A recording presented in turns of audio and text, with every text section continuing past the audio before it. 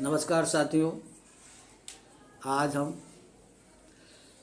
अपने YouTube channel पर एक नया वीडियो अपलोड कर रहे हैं जो सामान्य लोकसभा निर्वाचन 2024 उत्तर प्रदेश की चरण वाइज लोकसभा सीटों के विषय पर चर्चा करेंगे। पहला चरण 19 अप्रैल 2024 को हुआ था। पहले चरण में पश्चिमी उत्तर प्रदेश की 8 सीटों पर चुनाव हुआ था। उसमें सहारनपुर, कैराना, मुजफ्फरनगर, बिजनौर, नगीना, मुरादाबाद, रामपुर एवं पीलीभीत सीटें सम्मिलित थीं। जहां तक मेरा आकलन है, मेरे अनुमान के अनुसार सहारनपुर लोकसभा क्षेत्र में इंडिया गठबंधन की सीट जो है वो कांग्रेस के लिए थी। कांग्रेस के इमरान मसूद और बीजेपी के राघव लखनपाल शर्मा जी के बीच आमने सामने की लड़ाई हुई है। बसपा कैंडिडेट ने यहाँ कुछ वोट काटने का प्रयास किया है, लेकिन यहाँ सीधी लड़ाई है और कांटे की टक्कर है। लेकिन मेरा अनुमान ये है कि यहाँ मुझे जहाँ तक लगता है इस सीट पर बीजेपी को एज दिखाई दे रहा है। दूसरी सीट कैराना है।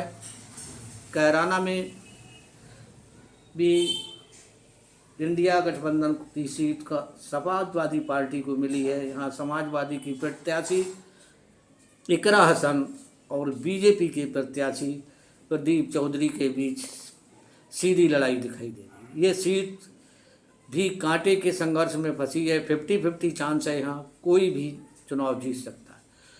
अगली सीट मुजफ्फरनगर है। मुजफ्फरनगर में केंद्रीय मंत्री संजीव बालियान और समाजवादी पार्टी के हरियंद मलिक के बीच सीधी लड़ाई दिखाई दे रही है। यहाँ पर मेरा अनुमान ये है कि समाजवादी पार्टी को एज दिखाई दे रहा है। बिजनौर की सीट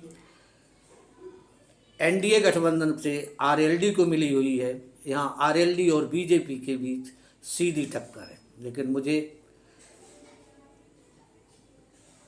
आरएलडी और समाजवादी गठबंधन एवं यहाँ बीएसपी के बीच सीधी लड़ाई दिखाई देती है। मेरा अनुमान ये है कि इस सीट पर आरएलडी चुनाव जीत सकती है।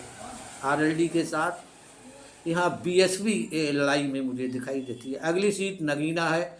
नगीना पर आज़ाद समाज पार्टी और बीजेपी के बीच मुझे लड़ाई दिखाई दे रही है। ये सीट भी 50-50 है, कोई भी प्रत्याशी यहाँ चुनाव जीत सकता है। मेरे अनुसार यहाँ एएसपी अपनी बढ़त बनाई हुई है। तीसरी सीट मुरादाबाद है। ये बड़ी इंटरेस्टिंग सीट है। यहाँ पर मुझे समाजवादी पार्टी की रुचि वीरा चुनाव जीतती दिखाई दे रही है। अगली सीट रामपुर है। रामपुर में मुझे समाजवादी पार्टी की बढ़त दिखाई दे रही है। अगली सीट पीलीभीत है। पीलीभीत जानते हैं, वरुण गांधी का बीजेपी ने टिकट काटा है और यहाँ से पीलीभीत में कांटे का संघर्ष है। यहाँ पर भी बीएसपी के फूल बाबू चुनाव लड़ रहे हैं, लेकिन मेरे अनुमान से इस सीट पर बीजेपी बढ़त बनाए हुए है। दूसरा चरण जो आपका 26 अप्रैल को हुआ था, उसमें भी 8 लोकसभा क्षेत्र में चुनाव हुआ था। ये भी पश्चिमी उत्तर प्रदेश की सीट है। इन सीटों के नाम अमरोहा, मेरठ, बागपत, गाजियाबाद, नोएडा, बुलंदशहर, अलीगढ़ और मथुरा है। अमरोहा में कांग्रेस और बीजेपी के बीच सीधी लड़ाई है।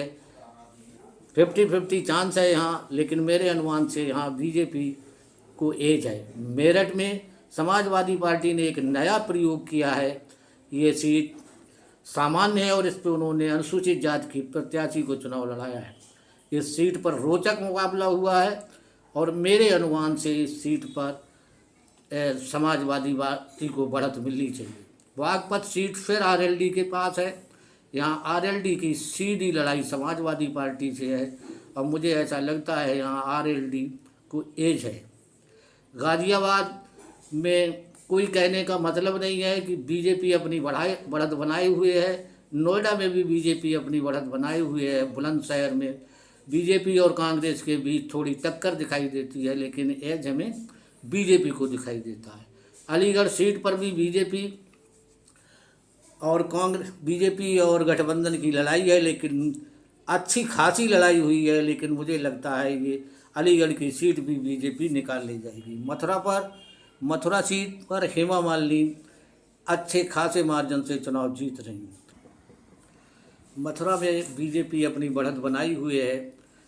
और इसी के साथ आज हम अपना ये वीडियो यहीं पर समाप्त कर रहे हैं। मुझे इजाज़त दीजिए, अगले वीडियो का इंतज़ार कीजिए और मेरे चैनल को सब्सक्राइब कीजिए ताकि अगले चुनाव बुलेटिन आप तक मेरा पहुंच सके। धन्यवाद।